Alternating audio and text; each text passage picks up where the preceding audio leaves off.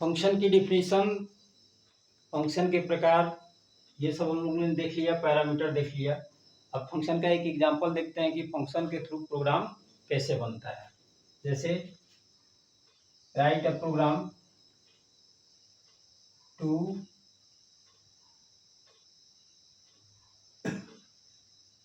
Input any two number and find their sum. बिल्कुल आसान है ये प्रोग्राम, वैसे ही बनेगा जैसे हम सिंपल प्रोग्राम बनाते हैं। बस अंतर क्या है, यहाँ हमको फंक्शन का प्रयोग करना होगा। ठीक है,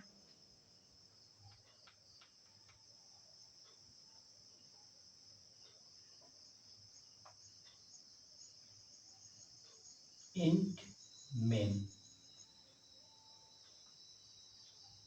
इंट ए बी और सम। प्रोग्रामिंग का बेसिक कंसेप्ट हमने बताया हुआ है अपने पुराने वीडियो में, वहां आप लोग जाके देख सकते हैं। ठीक है, print out enter the value of A and B. A और बी का मान हमको इनपुट करना है। स्कैन एफ फंक्शन क्या करेगा, इसको इनपुट कर लेगा, एम्परसेंड ए एम्परसेंड बी। यहाँ पे ये दोनों मान क्या हो गए, इनपुट हो गए। यही कह भी रहा है कि दो नंबरों का क्या करना है, इनपुट करना है, और इसका क्या करना है, फाइंड देयर सम करना है। नंबर इनपुट हो गए। अब यहाँ पे हम एक लिखेंगे सम, सम नंबर। ये हमारा कॉल स्टेटमेंट हो जाएगा इंट ए इंट बी, और यहाँ सेमीकोलन, और printf sum equal to %d और कामा सम।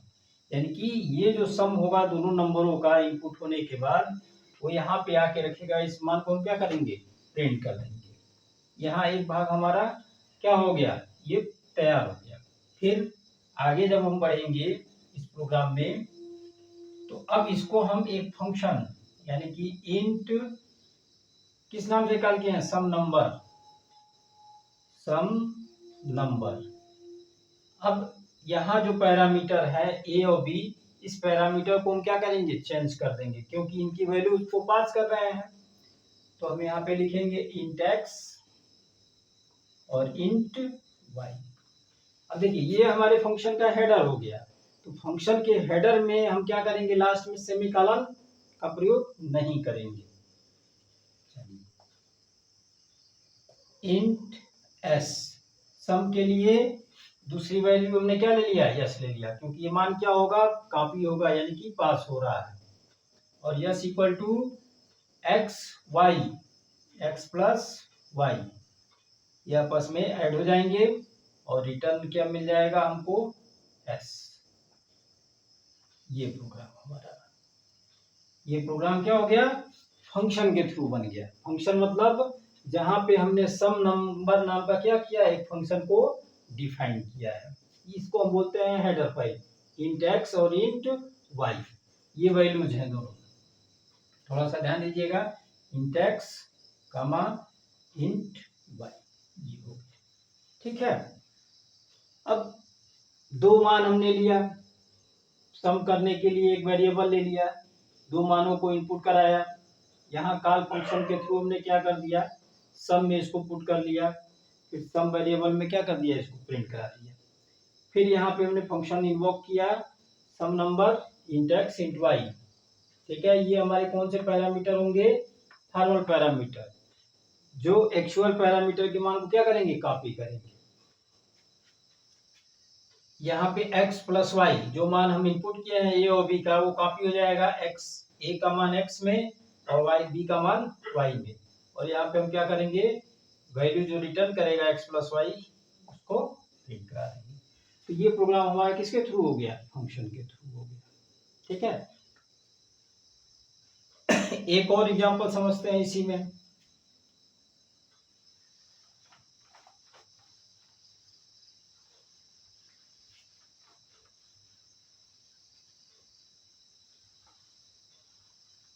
कि right a program to input to find area of rectangle through function के through.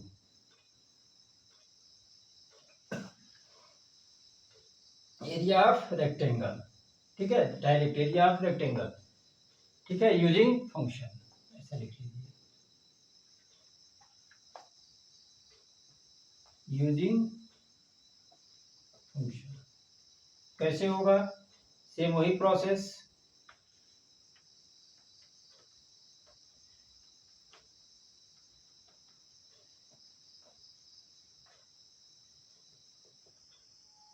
Int main, int area निकालना है। तो रेक्टेंगल की एरिया के लिए फार्मूला क्या होता है? लेंथ इंटू ब्रेथ, एक लंबाई गुणे चौड़ाई, तो लेंथ और ब्रेथ, फिर एरिया, ये हमारे वेरिएबल हो गए। Printf enter the value of length and breadth, या सिंपली लिख सकते हैं enter the value of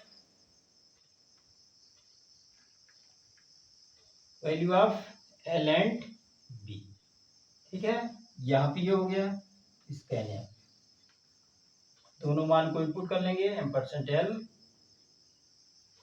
M% D, एम% एल और एम% बी, मान इनपुट हो गए। अब हमको कैलकुलेट क्या करना है? एरिया।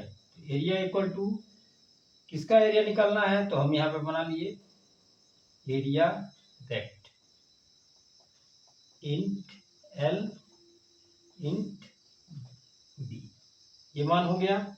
और एरिया के मान को हम क्या करेंगे? प्रिंट करा देंगे, printf area equal to %d। ये कैपिटल हो सकता है, मैसेज है हमारा डबल कोट्स में, इसको हम कैपिटल लिख सकते हैं। फिर कामा एरिया, ये यहाँ पे बंद हो गया। अब इसके आगे का जो भाग है वो क्या होगा? एरिया निकालना है, तो अब यहाँ फंक्शन हम क्रिएट कर लेंगे। इंट किस नाम से हमारा यहाँ पे कॉल स्टेटमेंट बना है? एरिया रेक्ट, तो एरिया रेक्ट, लेकिन ये जो वैल्यू है क्या हो जाएगी? चेंज हो जाएगी। इंट एल के जगह पे हम क्या ले लेते हैं? एक्स, और इंट वाई बी के जगह पे ले लेते हैं।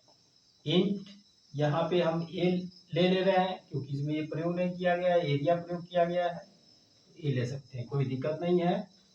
ए equal to L into B, यहाँ प्रोसेस होगा, एल और बी का मान यहाँ कॉपी होगा, यहाँ सॉरी एल बी नहीं होगा, ये क्या है, किसमें कॉपी हो रहा है? एक्स और वाई में, एक्स इंटू वाई कॉपी हुआ, और रिटर्न में क्या हमको मिल जाएगा? तो ये हमारा क्या हो गया? प्रोग्राम हो गया, जो मान रिटर्न करेगा और पुट करेगा और सब में ले आके क्या करेगा? एरिया में प्रिंट कर देगा। आउटपुट कैसे मिलेगा? आउटपुट, तो आउटपुट क्या मिलेगा? हमको किसका किसका मान देना है? Enter the value of L and B,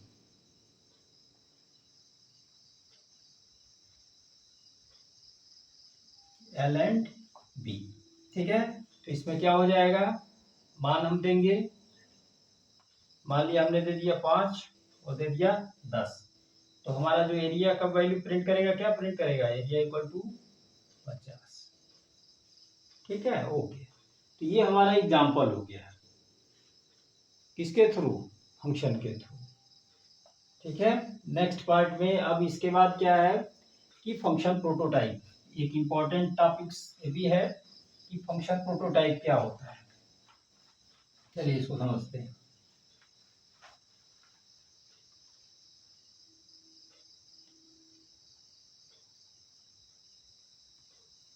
function prototype,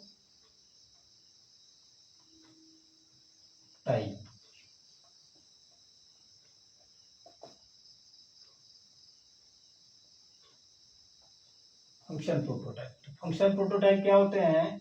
function के नाम के आगे फंक्शन के नाम के आगे सेमीकोलन चिन्ह लगाने से वह फंक्शन प्रोटोटाइप बन जाता है। प्रोटोटाइप बन जाता है, यानी कि नाम के आगे हम सेमीकोलन चिन्ह लगा देंगे तो क्या बन जाएगा, फंक्शन प्रोटोटाइप बन जाएगा, जिसे मेन फंक्शन जो प्रोग्राम में हम लोग प्रयोग करते हैं, मेन फंक्शन से पहले लिखा जाता है, पहले लिखा जाता है, जो प्रोग्राम में प्रयोग किए जाने वाले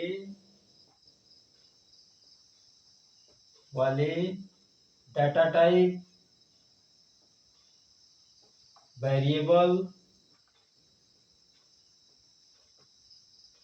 पैरामीटर इत्यादि को क्या करता है, इत्यादि को बताता है। प्रोग्राम को ये बताएगा कि कौन सा वेरिएबल, डाटा टाइप इत्यादि यूज कर रहे हैं। ठीक है, जैसे इंट, अभी हमने ऊपर एक फंक्शन बनाया था sum number, int x, int y, और लास्ट में हम यहाँ सेमीकोलन लगा देंगे। तो same as it is function header, जो फंक्शन हेडर है, फंक्शन हेडर के आगे बस हम क्या करेंगे, सेमीकोलन लगा देंगे, या उसी को एज इट इज कॉपी करके उसके बाद सेमीकोलन लगा देंगे, तो हमारे क्या हो जाएगा, फंक्शन प्रोटोटाइप बन जाएगा। ठीक है, void मान लिया शो डाटा, और यहाँ पे हमने लिख दिया void और फिर सेमीकोलन। तो ये क्या हो गया, हमारा एक दूसरा एग्जांपल हो गया किसका, प्रोटोटाइप का। ऐसे चर का है या जो भी हम डाटा टाइप लेंगे, रिटर्न टाइप लेंगे, उसके आगे सेमीकोलन लगा देंगे, ये क्या हो जाएगा, हमारा फंक्शन प्रोटोटाइप। और इसको हम कहाँ यूज करेंगे, मेन फंक्शन से पहले यूज किया जाएगा। ठीक है, ओके, थैंक यू। आशा है कि आपको अच्छे तरीके से समझ में आया होगा। अगर कोई दिक्कत होती है तो आप इसको वीडियो में कमेंट करके एक बार जरूर हमको बताएं। धन्यवाद।